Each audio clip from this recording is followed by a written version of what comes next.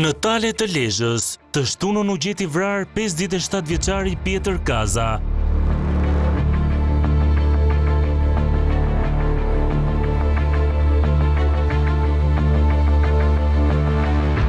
Në Tiranë, në mes të një picerie, një 15 vjeçar mbeti plagosur nga arma e zjarrit, ndërsa në Durrës, një turist humbi jetën pasi ra nga një jet ski.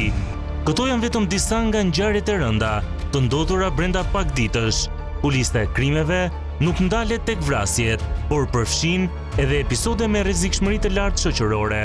Në Lezhë, vrasja e Pjetër Kazës duket se është pjesë e një sage hakmarrjeje mes dy fiseve, një zinxhir dhune që zgjat prej vitesh dhe që i ka shpëtuar kontrollit organeve të drejtësisë. Viktima është personi i 5 në këtë seri përplasjesh mes familjes Kaza dhe Gjini. Policia ka shpallur në kërkim një të dyshuar, por ende nuk është konfirmuar nëse bëhet fjalë për një akt gjakmarrjeje apo për një vrasës me pagesë. Rasti nxjerr në pa një plagë të vjetër që vijon të prodhoj viktima edhe në vitin 2025.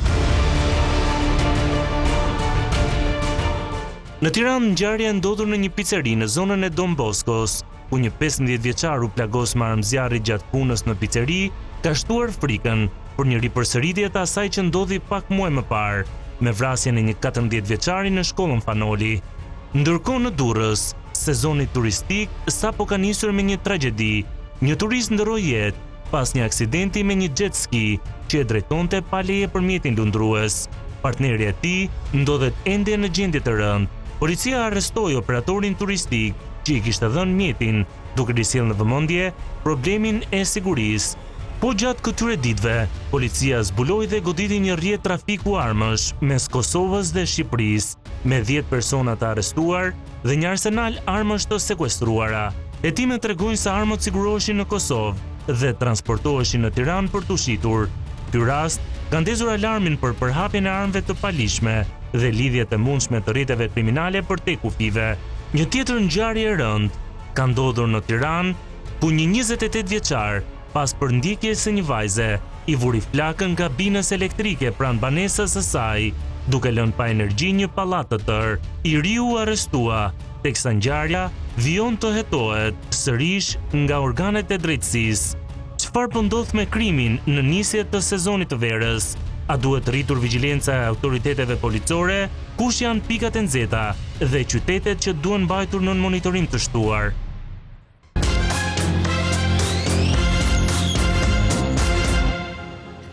Mirëmbrëma në Top Story.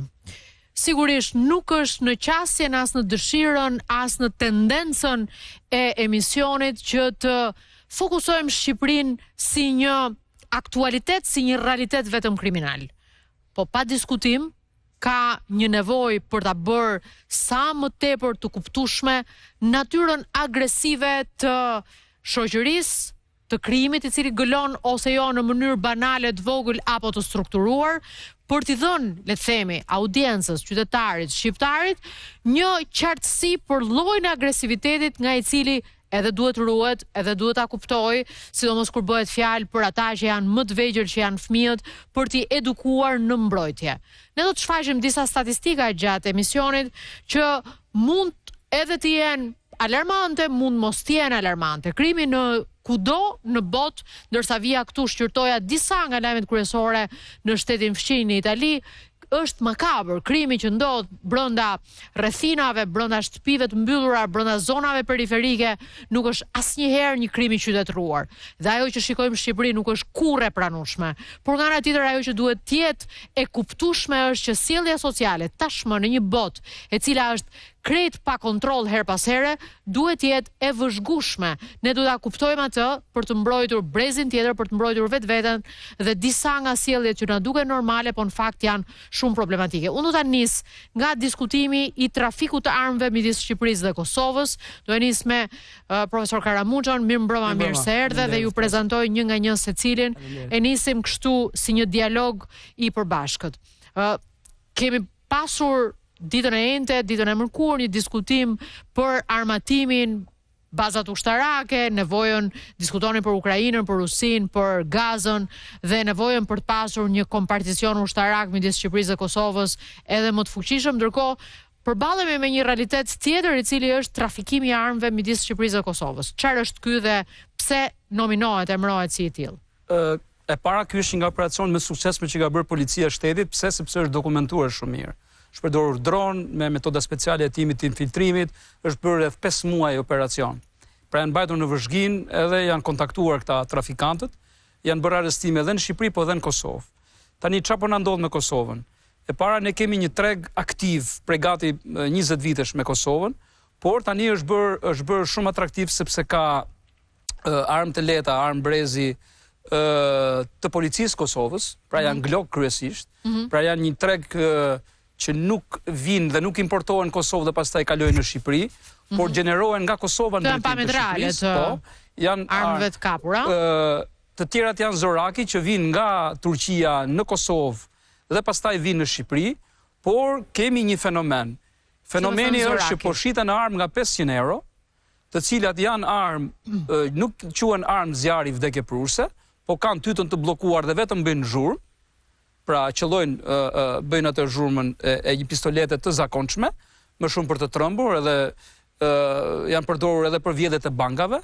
Këta i modifikojnë në Kosovë, pra ndrojnë tytën, e hapin, e bëjnë armë zjarri të mirëfillt, e modifikojnë, por ajo nuk është rezistente, sepse nuk është prodhuar si një armë zjarri e vërtet, dhe nuk bën qitje shumë, por rreth 50-100 qitje dhe pastaj prishet. Po këto janë armë tipike për vrasjet me pagesë, të cilët i përdorin 2-3 herë dhe pastaj i hedhin. Nuk kanë ato as numër, as regjistra, absolutisht asgjë. Po pse dim çmimin e këtyre që janë 500? Sepse aq janë shitur, aq janë të shënuara në të gjitha dokumentat që ka të dokumentuara prokuroria nëpërmjet shkëmbimit të tregtarëve që kanë ndodhur, tregtisë paligjshme.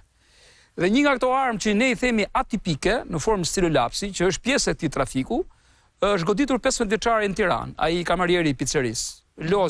Luante me kamarierin tjetër, në moment të caktuar me këtë stilolaps pistolet e godet në fyt. Ai plagoset, shkon, e mohon fillimisht, më kanë qelluar afër një spitali në një rrugë, bën një lloj alibie kështu për të mbrojtur shokun, dhe pastaj zbërthehet dhe tregon të vërtetën.